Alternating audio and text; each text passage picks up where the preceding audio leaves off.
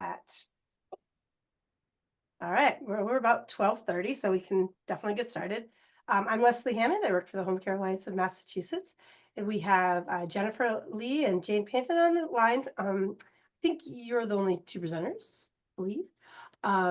And we're going to talk a little bit about building leadership foundations. Leadership has been a real focus for the Home Care Alliance for the last, well, forever, but we've really kind of been doubling down, seeing where our agencies need to grow and progress in their own development. So we have a few different leadership opportunities online and in person in January. And the folks at Corcoran are always available to help their clients as well. So I will let them introduce themselves and get started. I will tell you that everyone will be receiving the handouts and the recording at the end of the session. Feel free to share it with your team. And if you're not a member of the Home Care Alliance, you can contact me later and we can take care of that too. All right, go ahead, ladies. Jane, did you want to start and then I'll take it from there? Oh, Jane, Mike might be muted.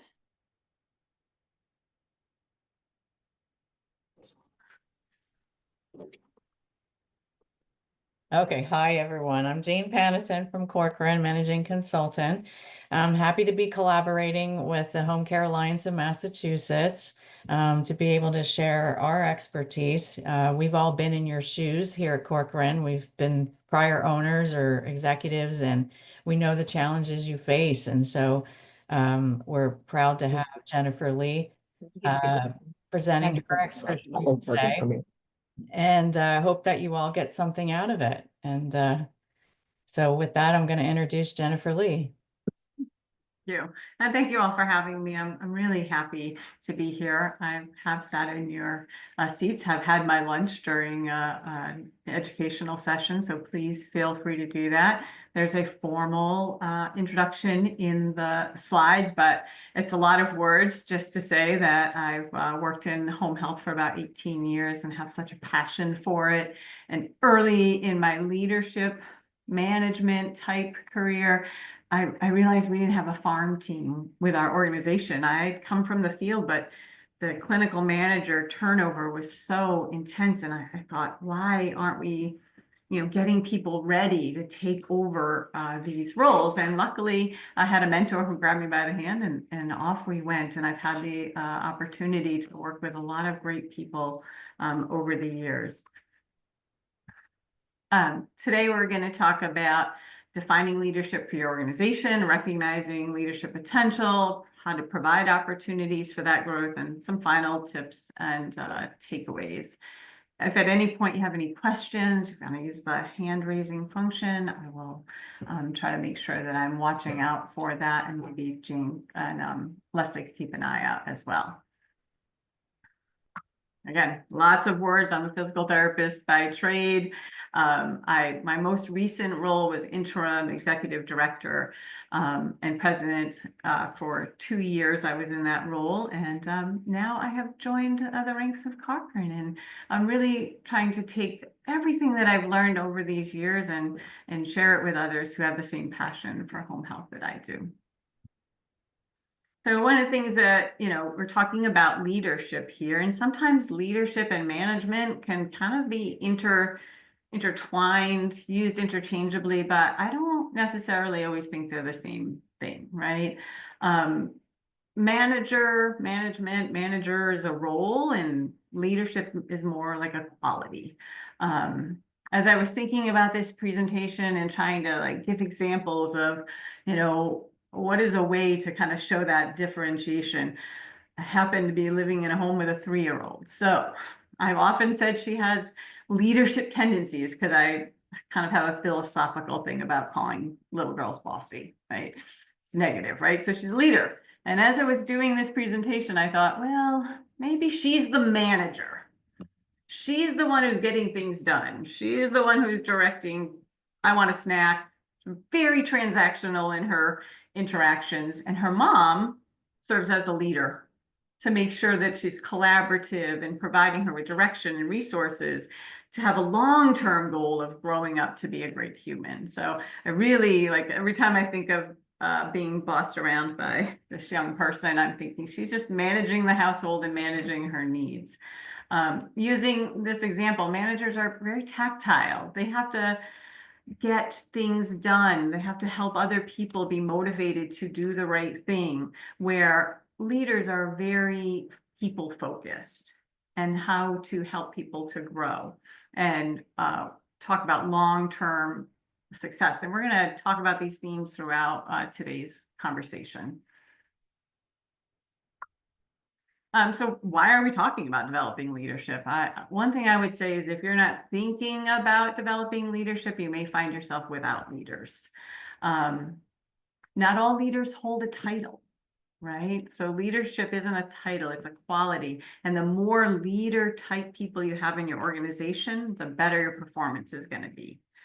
You're going to grow leaders in your own culture. You know, in my experience, I've been both had grown people from within and brought people from the outside. And it's good to have a mix for sure. But you save a lot when you're growing your leaders from within, right? You save that time on what's the organizational culture, trying to reinvent the wheel. There is really helps with smarter decision making, and it also helps with team engagement. Even for people who don't see themselves ever moving up a career ladder, to see that your organization is committed to supporting the people within who want to do that shows them that you care. So there's a lot of opportunity in growing your leaders from within. Now, leadership can mean different things for different organizations. A large organization versus a small organization, somebody who's part of a system versus not being part of a system, private, publicly owned. So that's going to look different. And then within your organization, there are going to be different roles that require different types of leadership. You may need a different leader for your business office than you need for your quality department. And then you have different strategies. Different organizations have different strategies. So some have starting small and looking to grow large. Some are large and looking to hold on to that business. So you're going to need different leaders for your different strategies. Now, how do you define leadership? You know, it's really a great exercise to sit down with yourself as a leader, your current leadership team, and say, what does that mean to us? What does that look like for our organization? What are the competencies that are the foundation of our organization? What's the cost of price of admittance to our organization? What is really important to us? Are there specific competencies and qualities for each leadership role? And then how are we going to assess that competency? And we're going to spend some time today talking about assessing competency. So you can do your own Google search and find lots and lots of definitions of leadership. I took some that I thought were the most meaningful to me and really focused on, again, leaders are really people focused, right? So fostering an environment of trust, accountability, and collaboration, allowing their teams to thrive and succeed. I have to say that's been my biggest joy in my career, is helping people to feel the same passion that I have and then grow within that passion. Leadership is the ability to guide, you have to influence and inspire individuals toward achieving a common goal. In order to really lead, everybody around you needs to want for the same thing. It's not about the title or position. We touched on that. It's actions, visions, and integrity. And then this one I love is real leadership lights the path and then walks along that path with others, right? You grab a hold. I describe it always as that my mentor just grabbed my hand and pulled me along with her and taught me really a lot about how to engage teams. Now, the question, it's always, what are those competencies that a leader must have to do those things, to guide, to influence, to inspire, to build teams, to collaborate? I can't answer that for individuals, right? It really is about a company's goals, the culture, what leadership level you're talking about, and then the needs of your industry. But identifying what competencies are required for your organization, It's really important, and using a standardized tool can help remove emotions. When I think about like removing emotions from identifying what takes a leader and what a leader looks like, come back to one of the best clinical managers I worked with was not necessarily the most compliant staff person I ever worked with. She had real struggle with getting her documentation done in a timely manner. And that caused a lot of people to have this sort of very negative perception of her skills and her abilities. And, you know, as life sometimes does, it opened up an opportunity for a special project for this young woman. And it was able to shine light on her actual skills and her drive, and really helped guide her along that path. But if we went purely by the emotions of what she was kind of doing to her team, early in her career, she probably maybe wouldn't have even made it in home health, to be honest. So taking out the emotions is really important. And doing it as a team exercise encourages reflection on your current and your future state, involves everybody. It takes a lot of work. It takes time and thoughtfulness and a commitment to carve out time and space when you're really trying to think about visits, patients, clients, staff, attendance, and all of the other things that roll into home health. But again, focusing on leadership will set you up for success on many, many levels.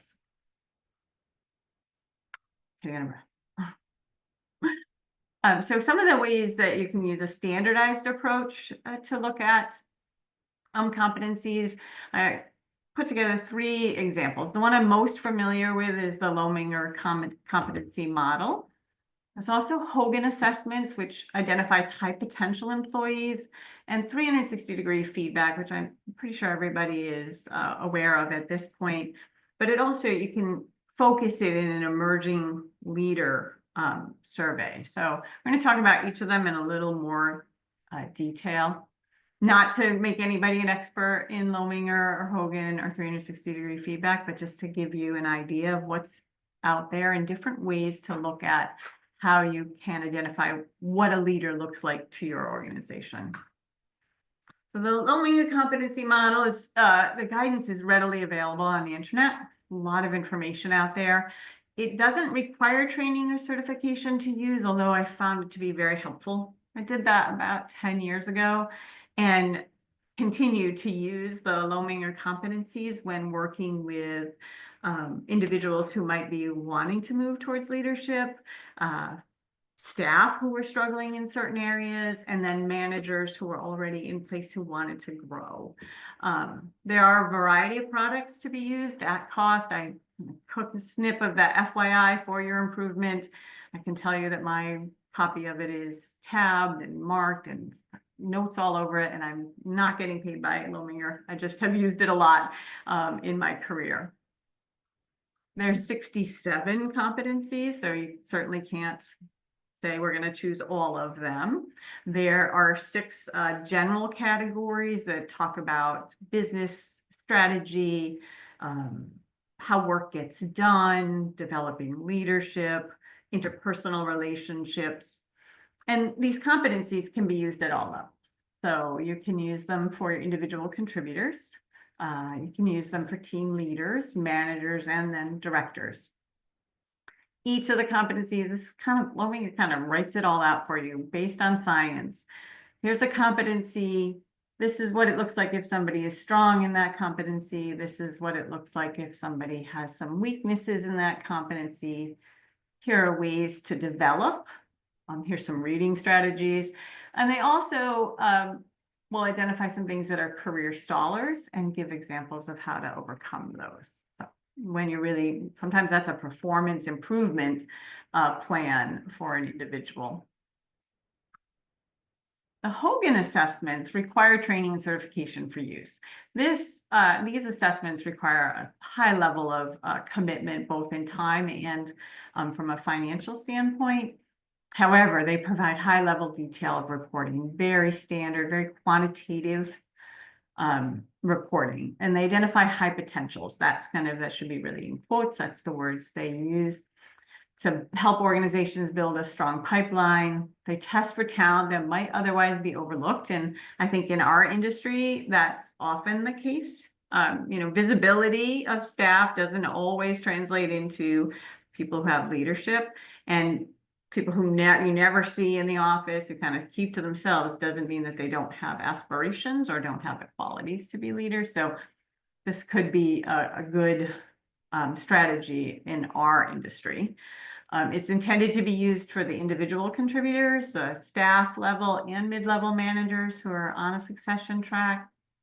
And it helps employers determine who will be most successful in leader-like reputation, right? Not a title, but just becoming a leader. It provides, it looks at a summary of these 7 scales here, and you can see that it's, there's low scores tend to be one way and high scores tend to be another. They're very similar to Lominger, adjustment, ambition, sociability, interpersonal relationships, prudence, being inquisitive, and your learning approach. And so then from these 7 scales, they provide you with, this is a sample, as given probably by Mr. Sample, on how somebody would score and what kind of reporting back would go to that individual to help them with their own interpersonal development. It gives some discussion points. It doesn't give as much direction on how to help somebody to grow, but it is very quantitative.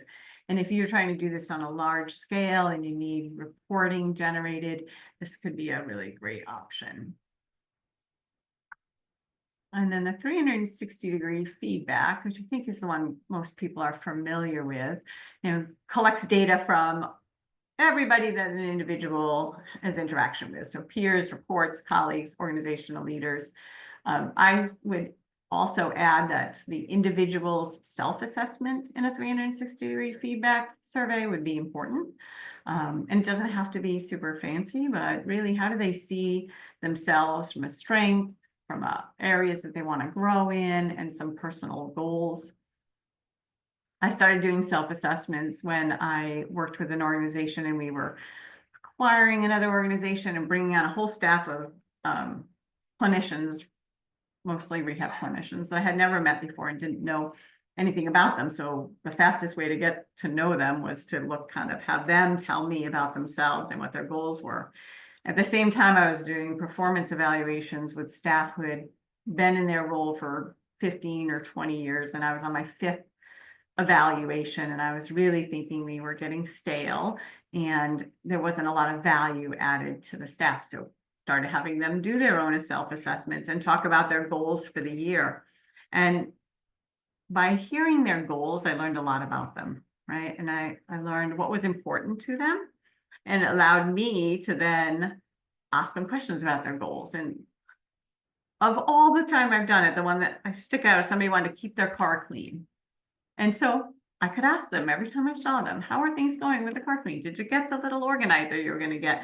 And really just show them that I was paying attention to what their goals were. So as part of the 360-degree feedback, hearing how individuals are feeling about themselves is really important. These are typically done anonymously so that there's more honest answers and there's not as much bias. The leader, the person who's getting this 360-degree feedback, gets understanding of their own strengths and weaknesses as perceived internally and externally. It can heighten their self-awareness. Like, oh, I didn't know that people saw me that way, and I really want to work on that. It gives them insight into relationships with others, and it strengthens their collaboration. Now, for the organization, it's fairly easy to do. There are many 360-degree surveys, templates out on the internet. It is sort of low cost in that respect. It reduces the workplace bias by making it objective and keeping it anonymous. It identifies some training gaps. So if you were to do this in a large scale, you might see some trends across all of your leaders and your staff and be able to step in and fill those gaps with education. It identifies the workers with leadership potential. That's what we're trying to do here. It provides an insight into the needs for competency development. And I think if you were to do that across a management team, you might pick out a couple of areas that there were common threads, and then work with your HR teams to provide additional education in your management meetings. I think would be a great opportunity. And encourages leader accountability by providing insight into competencies. And, we do all have a responsibility to keep learning and growing. And, leadership, there's no pot of gold at the end of the rainbow where you kind of hit the pinnacle and say, all right, I'm done. I'm a great leader, right? Leaders are constantly evolving and learning, and this can provide them feedback and guidance in which direction to learn. So now we've got a lot of different ways to assess leadership potential, about how are you going to find those people in your staff. So the power of communication, knowing your team and letting them know you, seems very straightforward and simple. And it can be in an office-based organization, but in our industry where a lot of our staff are far flung, getting to know them is not as easy as it could be. So I took on the interim president and executive director role in an organization where I'd been for 16 years. So I knew a lot of the staff. Some of the staff I'd been peer to peer with, then management, and then the director. But as I moved over those kind of steps, you get a little further away from the newer staff. And so when I took over the role, I said, I need to, it was also 2022, a lot of turnover, a lot of loss of our staff, whether it was leaving the industry, leaving the profession, or leaving the state. There was just a lot of leaving, and priority number one is to stop the leaving and to kind of shore up, especially our nursing staff. So I decided I would have breakfast with all of them and just talk about what was important to them, what they loved about their job, what made them cringe about their job, what suggestions they might have, and then also what were their goals in the long term. And it doesn't have to be as elaborate, but I really kind of made it informal but nice. We decorated the office, there's pumpkin spice everything. It was the fall, and had some really great conversations, and had to make myself a lot of notes so that I would remember what to follow up with on with all of those staff members.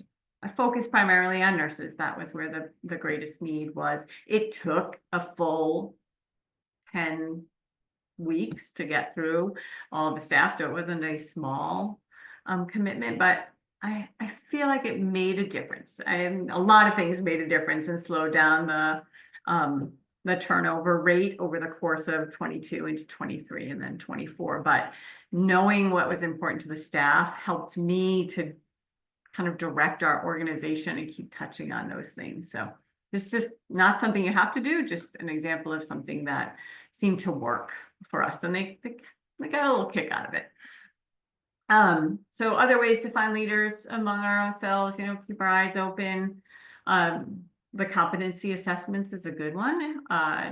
The focus stay interviews, both of those things take a little forward communication to let the staff know what you're working on, why you're asking these questions, why you're assessing their competency, what's the end result, what's going to come out of it.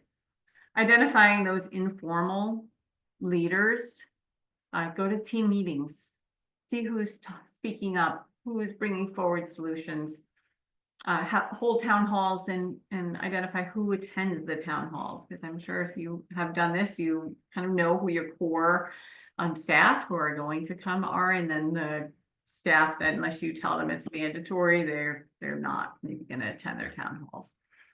Give opportunities for special projects. We talked about that field staff nurse who had, a lot of negativity around her, and did not think that she had any leadership potential, and then just happenstance ended up on a special project and it allowed her to shine. Shared governance and decision making. We're going to talk about that in a little bit. And then allowing for opportunities for peer-to-peer education. Sometimes your staff are going to respond differently when they're educated by their peers who are also doing the work than from feeling like it's coming from the top down. New employees, I say, open the door with growth in mind. When they come through the door, do your behavioral interviewing. Know what is the price of admission to your organization. What are the must-haves, non-negotiables, and make sure that you are interviewing to get to those good answers about those levels of competency. You know what I mean? Really just asking for examples, talking through conflict, looking for integrity. Seek commitment to the organizational work. Seek commitment to the organizational work. There's committees, there's pilot programs, there's mentorship and preceptors. Ask when people come to the door, here's 4 committees that we have in our organization. What would you like to be involved in? Offer opportunities to expand their knowledge, coming to things like today, or attending the leadership seminar in January, and then offering opportunities, if it's within your budget and your means, for education so that people will feel continue to grow and pay that back in a variety of ways to the organization. So the competency assessment, we really talked a lot about it, but you may not be able to assess the competency of your entire organization, right? So first you have to identify those contributing competencies. Maybe you do a 360 feedback survey based on those competencies. Give that feedback to everybody who participates so they get something out of the participation. And then from there, identify potential leaders for focused stay interviews and ask the questions, what do you love about your job? Where are the pain points? What's the friction? What are your plans? What brings you joy? How do we keep you a member of this organization? And call it out and tell them that you see them as a potential leader. I want to hear that, even if that's not necessarily their own goals. It is nice to feel valued, right? So watching for those informal leaders, we talked a little bit about this already. Who volunteers? Who attends events outside of work? Because there are some events that are outside of work.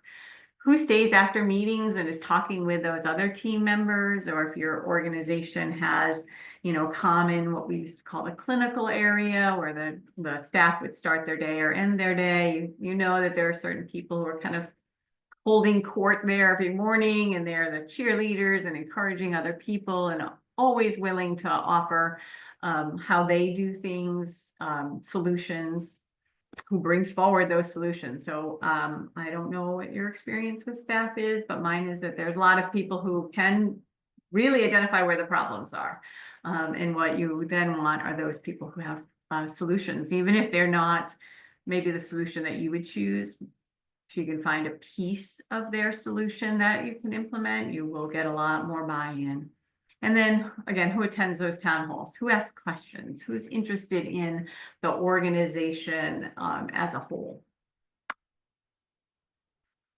Building the foundations for leadership through shared governance and decision-making can be really hard, right? Because you really, as the leader of an organization, you're trying to make these strategic decisions, but you also have to have collaboration and influence and inspire everybody to go in the same direction, right? We've talked about that as one of the keys of leadership.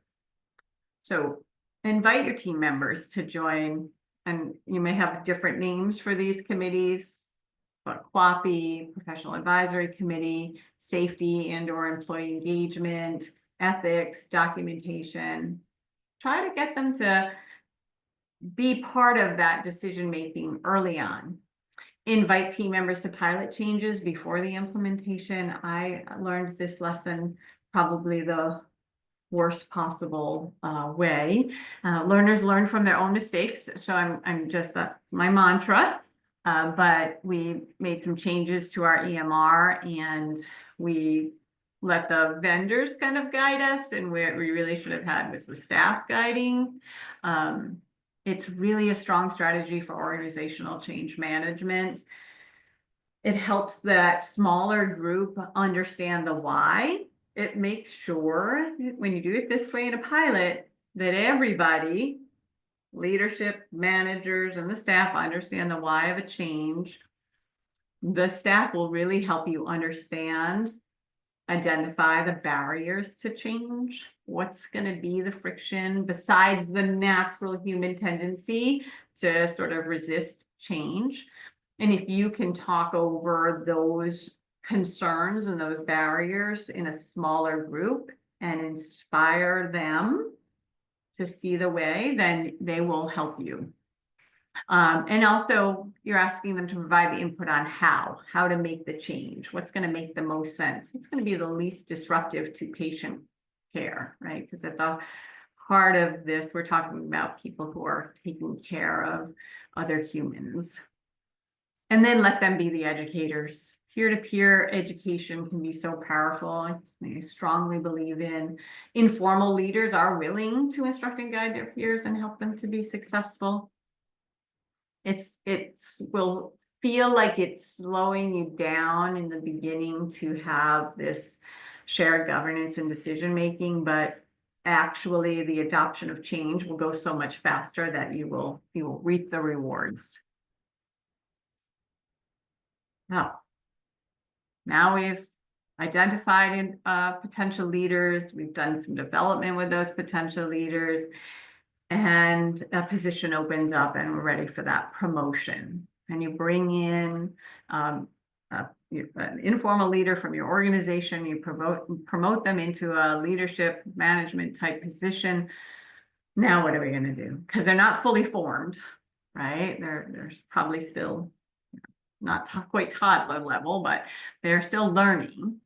And moving from peer relationships to leadership relationships requires thoughtful intention. And in one thing I maybe wish I'd had over the course of my career was a little more coaching and guidance on that, and not just relying on intuition. I think one of the biggest things in this day and age that we're living in, I don't mean to sound old, but there's a lot of social media and a lot of social media presence and a lot of sharing, and maybe some might say oversharing. And how do you create a boundary between yourself as a leader of other people and then all of their personal business? And some people are better at that than others, but talking through that with a new leader is really important. Having a development plan. So the development plan can't be, here's, these competencies, here's 67 of them, or however many of you decided, let's get working on them, talk about it in a year, right? There really has to be a plan in place for how you're going to work with that individual. And if they're coming from within your organization, you should have a pretty good handle on who they are and what's important to them at that point.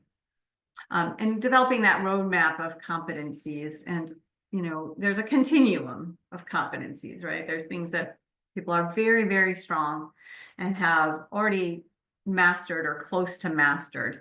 And then there's that kind of other end of the spectrum where there's things that they really are going to need to work on to be successful. And then somewhere in the middle, I would say that you want to, at the very least, in the very beginning, start with things that they're close to mastery, moving in the right direction, so that you can compound their success, right? You can lean into the successful development of a competency and then start to pull from the ones that are maybe further down that spectrum.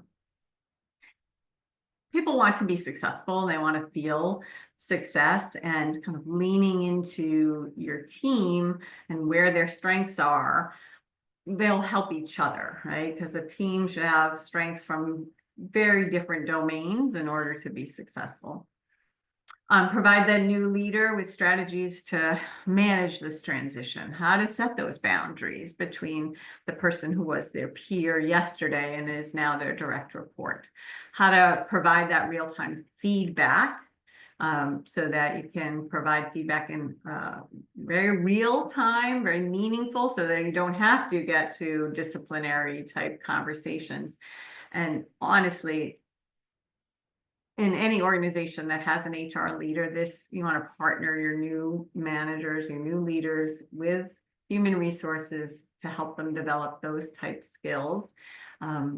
Because they're also at the same time trying to learn the day-to-day operations of their job, which is different than the job that they had prior to. So they do need a lot of support, and knowing that ahead of time and preparing for it is going to be vital to everybody's success.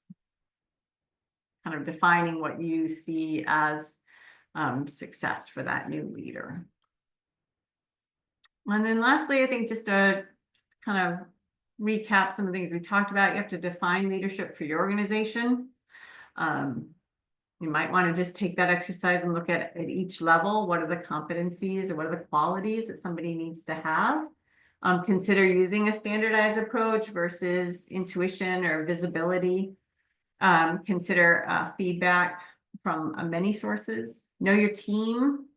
Know your established team members, know your new team members, knowing what's important to them, knowing how they lead, even if they never take a title that is a leadership title, provide those opportunities for growth. Support the new and emerging leaders, support their personal and professional growth, and then support opportunities for those informal leaders to shine. And really, they will pay you back in their job satisfaction and in their engagement and their understanding of how your organization works in spades. I think, it's important before I wrap things up to say it's nice to have a mixed perspective of outside and internal leadership. And I think the organization that I just left, we had about 20% of the managers were from outside of the organization, and everybody else had grown up within the organization. And those who had a mentor to grow up within the organization had much more success than those who did not necessarily and were just kind of tagged as a high-performing individual contributor really struggled, and it took them much longer. So you will reap the reward of investing early and often with those high potential employees. I'm happy to answer any questions or hear any comments or hear any your own experiences in dealing with a leader or becoming a leader. That would be great.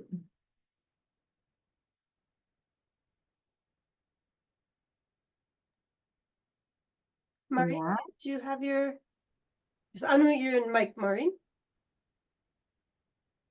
Oh, I'm sorry, not Maureen, Marnie.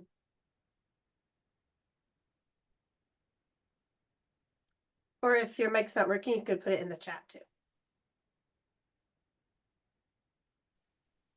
I'm sorry, what, were you talking to me? Yeah, did you have your hand up? I'm sorry. No, I don't believe so. Oh, okay, never mind. Wow. I'll give you a quick softball one, Jennifer.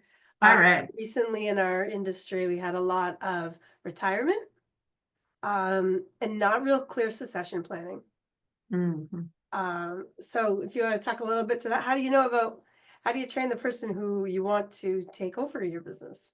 Right. And kind of a nuanced conversation, right? As some people are approaching retirement and they're doing it very privately and are, kind of considering it, but you need to know you have to have kind of a long runway to get somebody ready. And then you know that there are some people who are like, okay, it's going to be June 17th of 2026. Okay, that's 790 days from now, right? So some people are really going to declare their intentions.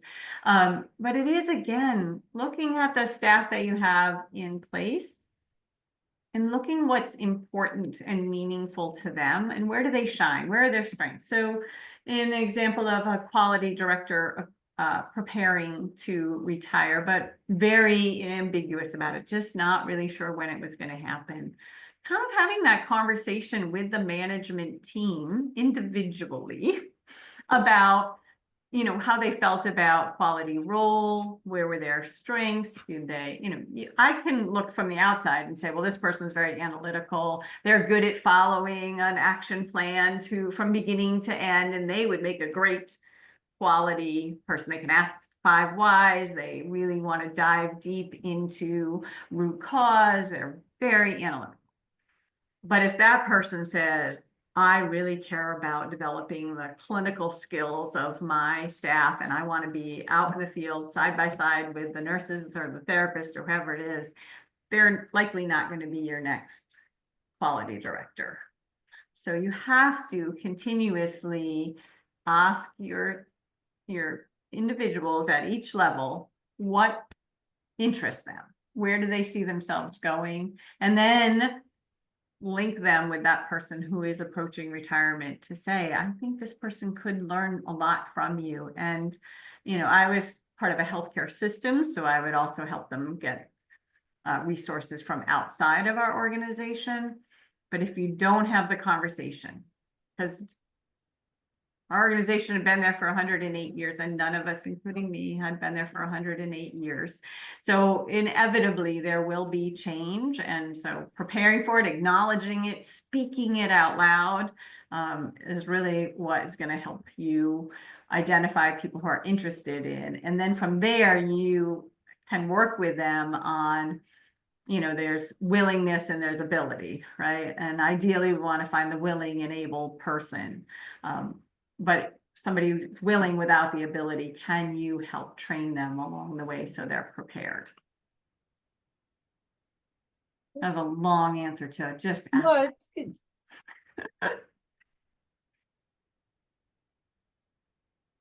Well, that was easy. If you all don't have any more questions. This has really been I've taken the greatest joy. I was a physical therapist. I saw a lot of patients. I loved helping them. But watching individuals grow into leaders and being a part of that and kind of helping them, not creating them, just guiding them in the right direction has really been one of the greatest parts of my career. I love it. I hope you all do too. Anybody have a formal leadership pipeline program you work with in your own agency? Or have you been the recipient of a leadership training program at your agency? It looks like Erica maybe is trying to speak, but is on mute.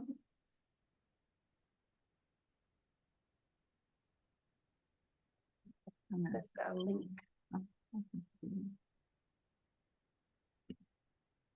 Oh, she's all set. Okay.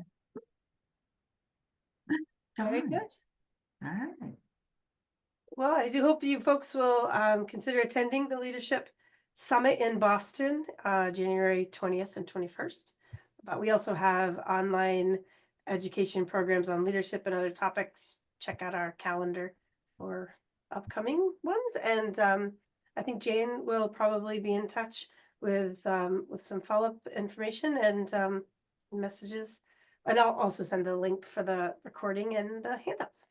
Yeah, I'll put in the plug for the leadership seminar too. I've been able to go for a couple of years in a row, and I would just encourage you, bring somebody. That's true. Bring a potential leader.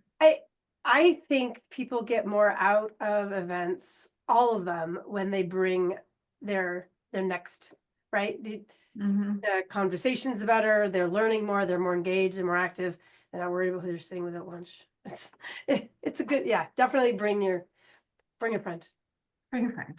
Someone, but I thought I just saw Christine or Kristen, did a little yellow hand just go up? Maybe not.